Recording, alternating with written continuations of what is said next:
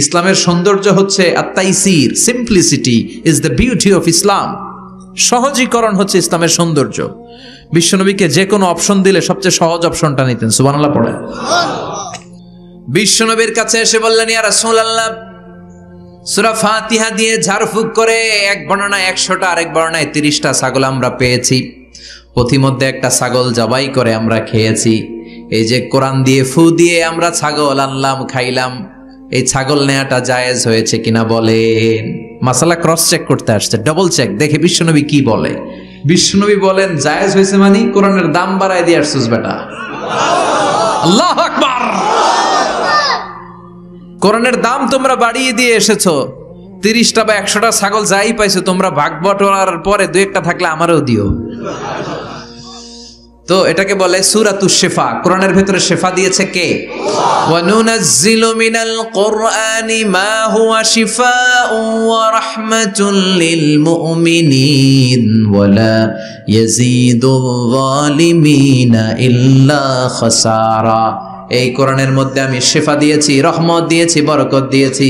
মুমিনদের জন্য কোরআনকে শিফা বানিয়েছে কে? সূরাতুশ শিফা মনে থাকবে? এই যে পীর সাহেব হুজুরের কাছে যে আসেন ফু দেওয়ার জন্য, যে হুজুর ফু দেন, হুজুর কি পড়ে ফু দেয় জানেন? আজকে গোমর ফাঁস করে দিয়ে যায় হুজুরের, সূরাতুল ফাতিহা পড়ে ফু দেয়। হুজুরের কাছেও আইসেন, আপনারাও ফু দিয়েন, নিজেরাও দিবেন। সবসময় যে হুজুরের কাছ থেকে নিতে হবে তা না, আব্বা আম্মার কাছ থেকে নিবেন। আব্বার কাছ থেকে নিলে এটা সবচেয়ে দামি ফু, ঠিক কিনা? 2 গ্লাসে পানি, পৃথিবীর সবগুলা পীর সাহেবরে বললাম হুজুর এই গ্লাসে একটু ফু দেন, হুজুর আমার ফু দিয়ে দিল। আমার আব্বা উনি আরেক গ্লাসের পানির মধ্যে ফু দিয়ে দিল। মুহূর্তের মধ্যে আমার আব্বার ফুটা কাজে লেগে যাবে। গোটা পৃথিবীর পীর সাহেব একদিকে, বাবা মার দোয়া আর ফু আরেকদিকে, ঠিক কিনা? তো এই জন্য সূরাতুল ফাতিহার এক নাম হচ্ছে সূরাতুশ শিফা। কি নাম? সূরাতুশ শিফা। আবার এই সূরার আরেক নাম হচ্ছে সাবউল মাসানি, নিত্য পাঠনীয় সপ্তবাক্য। নিত্য পাঠনীয় সপ্তবাক্য, যেই সূরাটা প্রতিদিন পড়া হয়। রব্বুল আলামিন বলেন, ওয়ালাকাদ আতাইনাকা সাবআম মিনাল মাসানি ওয়াল কুরআনাল আযীম। ও নবী, আমি আপনাকে নিত্য পাঠনীয় 7টা বাক্য দান করেছি, সাথে সাথে কোরআনে আজিম দান করেছি। সুবহানাল্লাহ।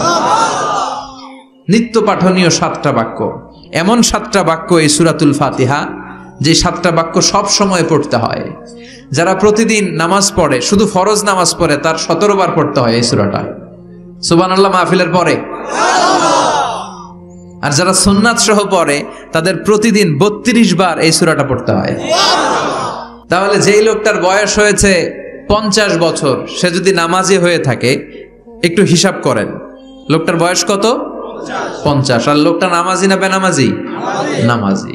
নামাজি লোক বয়স 50 বছর, তাহলে এই 50 বছরে সে যে কত লক্ষবার সূরা ফাতিহা পড়ছে ও নিজে জানে? সুবহানাল্লাহ কই? আল্লাহু আকবার। এমন সূরা যেটা প্রতিদিন পড়তে হয়। আবার বিশ্বনবী বললেন, লা তুহসা আজাইবুহু ওয়ালা তাবলা গরাইবুহু ফিহি মাসাবিহুল হুদা ওয়া মানারুল হিকমা।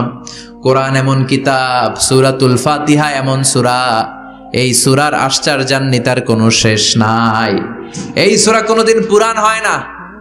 যাদের 80 বছর বয়স, কত কোটিবার আপনি সূরা ফাতিহা পড়ছেন? বুকে হাত দিয়ে বলেন তো, কখনো কি আপনার মনে হয়েছে যে প্রত্যেক দিন নামাজটা শুরু করলে এই সূরাটা দিয়ে শুরু করতে হয়? কত কোটিবার পড়লাম, আর ভাল লাগে না, পুরান পুরান লাগে। বুকে হাত দিয়ে বলেন, দাঁড়ান একজন, যে হুজুর আমার কাছে আর ভাল লাগে না, সূরাতুল ফাতিহা পড়তে পড়তে এটা পুরান লাগে, কালকে থেকে কুল হুয়াল্লাহ দিয়ে শুরু করুন। এরকম ডাকাইত আছে কেউ? নাই। কারণ কোরআন কখনো পুরান হয় না, যতই পড়ি ততই নতুন। চিল্লায় পড়েন আল্লাহু আকবার। এজন্য বিশ্বনবী বললেন, ও উম্মতেরা শোনো, 60টা আয়াত বিশিষ্ট এই সূরাটাকে দেখতে ছোট মনে হয়, সবার মুখস্থ, প্রত্যেকের কলিজার ভেতরে আছে। তোমাদের কাছে সাধারণ মনে হয়, সূরাটা সাধারণ না, অসাধারণ করে সূরাটারে নাজিল করেছে কে? পড়েন সবাই, আউযু বিল্লাহি মিনাশ শাইতানির রাজীম। বিসমিল্লাহির রহমানির রহিম আলহামদুলিল্লাহি রাব্বিল আলামিন আর রহমানির রহিম মালিকি ইয়াউমিদ্দিন ইয়্যাকা না'বুদু ওয়া ইয়্যাকা নাস্তাঈন ইহদিনাস সিরাতাল মুস্তাকিম সিরাতাল্লাযীনা আন'আমতা আলাইহিম গায়রিল মাগদুবি আলাইহিম ওয়ালাদ-দাল্লিন। চিল্লায়ে পড়েন আমিন। আর জোরে আমিন। আপনাদের মনোযোগ আছে না গেছে? কষ্ট হচ্ছে? কি বলেন? আমার তো কষ্ট হচ্ছে। রাত বাজে 12টা 5, এখনো আপনাদের ধৈর্যচ্যুতি হয় নাই? কফি খেয়ে আসছেন বোধহয়। কি কফি খাইছেন বলেন? Nescafe, espresso, মকা, লাটে, old town coffee, Starbucks, এগুলো খেয়ে আসছেন? কষ্ট হচ্ছে না তো? ফজর পড়তে কষ্ট হবে তো আপনাদের? শুনবেন আরো 2-1 মিনিট? কতক্ষণ শুনবেন? হ্যাঁ, আল্লাহ তুমি কবুল করো। আরো জোরে পড়েন আমিন। 7টা আয়াত বিশিষ্ট সূরা। রব্বুল আলামিন এই সূরাটাকে ওয়েলকামিং লেটার করে পাঠিয়েছেন। আল্লাহু আকবার। ওয়েলকামিং লেটার, অভিনন্দন পত্র। মন্ত্রী যদি আসে আমাদের প্রোগ্রামে, মাঝে মাঝে মন্ত্রী, MP, member of the parliament, ওনারা আসে না? আসলে আমরা ওয়েলকামিং লেটার দেই, স্মারকলিপি দেই, অভিনন্দন পত্র দেই, ঠিক কিনা? অভিনন্দন পত্রের ভেতরে 3টা জিনিস থাকে। কয়টা? চিল্লায় বলেন। প্রথমে থাকে প্রশংসা, মন্ত্রীর প্রশংসা। এরপর থাকে পরিচয়, এরপর থাকে দাবি দেওয়া। 3টা পার্ট থাকে একটা ওয়েলকামিং লেটারে। কয়টা পার্ট? প্রথমে থাকে প্রশংসা। মন্ত্রীর প্রশংসা করি যে আপনি 1000 বছরের শ্রেষ্ঠ সন্তান, আপনার চেয়ে ভালো মানুষ এই এলাকায় নাই, আপনার চরিত্র ফুলের চেয়েও পবিত্র। এগুলো আমরা বলি, প্রশংসা করতে হয়, ঠিক কিনা? দ্বিতীয় পর্যায়ে থাকে ওয়েলকামিং লেটারের ভেতরে নিজেদের পরিচয়, আপনারা কারা। তারপর আমরা পরিচয় দিই যে আমরা এই মসজিদের গভর্নিং বোর্ডের মেম্বার্স, আমরা এই মসজিদের লোক, আমরা এই হাই স্কুলের সদস্য, আমাদের একটা একাডেমিক ভবন লাগবে, আমাদের মসজিদের 3 তলার কাজ ধরেছি, ওইটা লাগবে, ওইটা লাগবে। এগুলো আমরা পরে বলি, আমরা নিজেদের পরিচয় দেই। প্রশংসার পরে আমরা পরিচয়, যে আমরা এই মাহফিলের ইন্তেজামিয়া কমিটি, আমরা এই স্কুলের গভর্নিং বোর্ডের সদস্য, নিজেদের পরিচয় দেই। প্রশংসাও করলাম, পরিচয়ও দিলাম। এরপরে আছে কি? দাবি দেওয়া। আমাদের দাবি মানতে হবে, নইলে গদি ছাড়তে হবে। এরপরে আমরা দাবি দেওয়াতে যাই। তো সূরাতুল ফাতিহাটাকে আল্লাহ তাআলা এরকম একটা ওয়েলকামিং লেটারের মতো করে পাঠালেন। আল্লাহ বুঝাতে চাইলেন প্রতিদিন পড়বি তো, এজন্য 3 ভাগ করে দিলাম। সুবহানাল্লাহ। প্রথম 3টি আয়াতে আমি রব্বুল আলামিনের প্রশংসা তোরা করবি। চতুর্থ আয়াতে তোরা তোদের নিজেদের পরিচয় আমার কাছে পেশ করবি। এরপরে শেষ 3টা আয়াতে তোদের দাবি দাওয়া বিনয়ের সাথে আমার কাছে পেশ করবি। প্রথম 3 আয়াতে প্রশংসা কার? আল্লাহ বললেন আলহামদুলিল্লাহি রাব্বিল আলামিন। সকল প্রশংসার মালিক হলেন আল্লাহ, যিনি হলেন জগৎ সমূহের রব। আল্লাহু আকবার।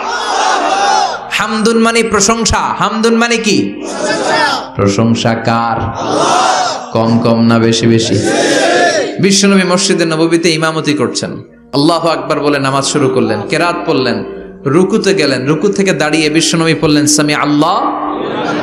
পেছন থেকে সাহাবারা ছোট্ট আওয়াজে গুনগুনিয়ে পড়লেন রব্বানা রব্বানা ওয়ালাকাল হামদ। এক সাহাবী নিচ থেকে ফিসফিস করে পড়লেন হামদান কাসীরান তাইয়িবান মুবারাকান ফি। 4টা অতিরিক্ত শব্দ নিচ থেকে বানিয়ে পড়লেন। কয়টা? 4টা শব্দ আমার সাথে সাথে আওয়াজ করে পড়েন। হামদান কাসীরান তাইয়িবান মুবারাকান ফি। আবার পড়েন হামদান কাসীরান তাইয়িবান মুবারাকান ফি। 4টা শব্দ। বিশ্বনবী সালাত শেষ করলেন। সালাত শেষে তিনি আওয়াজ করে পড়তেন আল্লাহু আকবার। 3 বার পড়তেন আস্তাগফিরুল্লাহ। এরপর আজকারগুলো পড়ে তিনি সাহাবাদেরকে বললেন, কে অতিরিক্ত 4টা তাসবিহ পড়েছো? দাঁড়াও।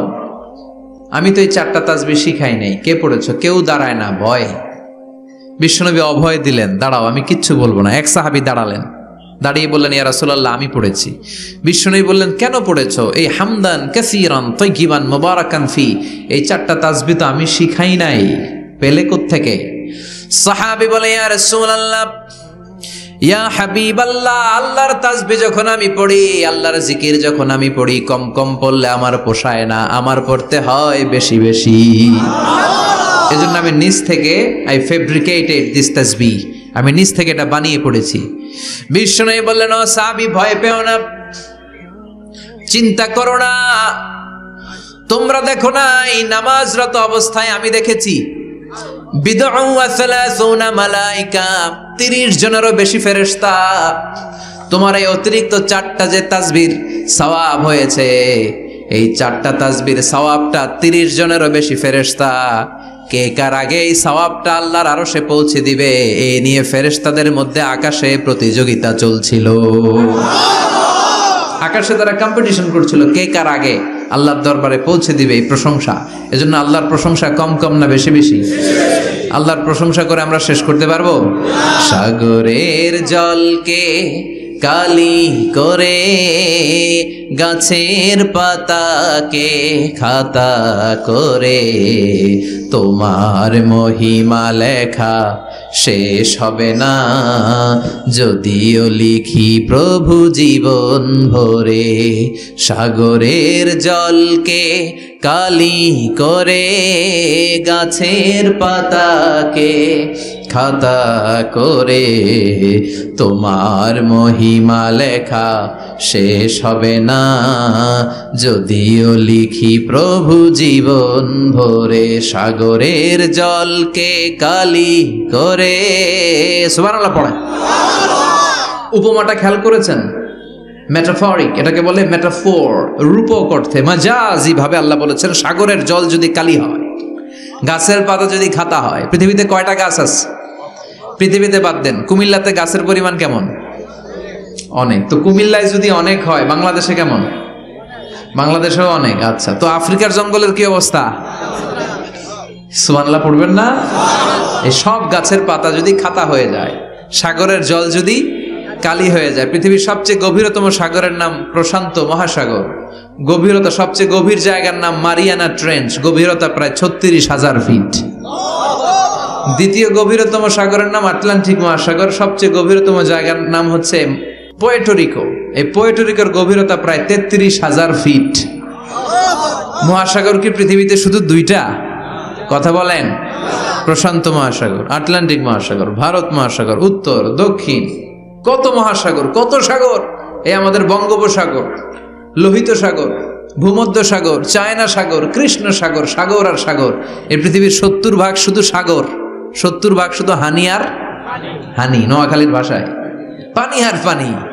তো এই সব পানিগুলো যদি কালি হয়ে যায়, আল্লাহর কথার ওজন কি দেখেন? কোত্থেকে আল্লাহ এই মেটাফোর, রূপক অর্থ নিয়ে আসলেন? সব সাগরের পানি যদি কালি হয়ে যায়, সব গাছের পাতা যদি খাতা হয়ে যায়, সাগরের জল নামক কালি দিয়ে গাছের পাতা নামক খাতার উপরে যদি আমি আল্লাহর প্রশংসা লিখতে শুরু করে দাও, সাগরের জলও শেষ হয়ে যাবে, গাছের পাতাগুলোও ফুরিয়ে যাবে, আমি আল্লাহর প্রশংসা করে শেষ করা যাবে না। قل لو كان البحر مدادا لكلمات ربي لنفد البحر قبل أن تنفد كلمات ربي ولو جئنا بمثله مددا। ফুরিয়ে যাবে, ফুরাবে না আল্লাহর প্রশংসা। এজন্য আল্লাহ আলহামদু দিয়ে শুরু করলেন, সকল প্রশংসা। হামদুন মানে প্রশংসা, আর এর সাথে আলিফ আর লাম যখন অ্যাটাচ করে দেয়া হলো, তখন প্রশংসার যত ধরন হতে পারে, যত আকসাম হতে পারে, যত প্যাটার্ন আর ডিজাইন হতে পারে, সব প্রশংসার একচ্ছত্র অধিপতি একজন। চিল্লায় বলেন, তিনি কে? এই পৃথিবীতে আল্লাহর সবচেয়ে বেশি প্রশংসা করেছেন বিশ্বনবী মুহাম্মদ সাল্লাল্লাহু আলাইহি ওয়াসাল্লাম। আবার নিজেও প্রশংসিত। ওনার এক নাম আহমদ, মানে যিনি সবচেয়ে প্রশংসা করে, আবার মুহাম্মদ মানে নিজেও প্রশংসিত।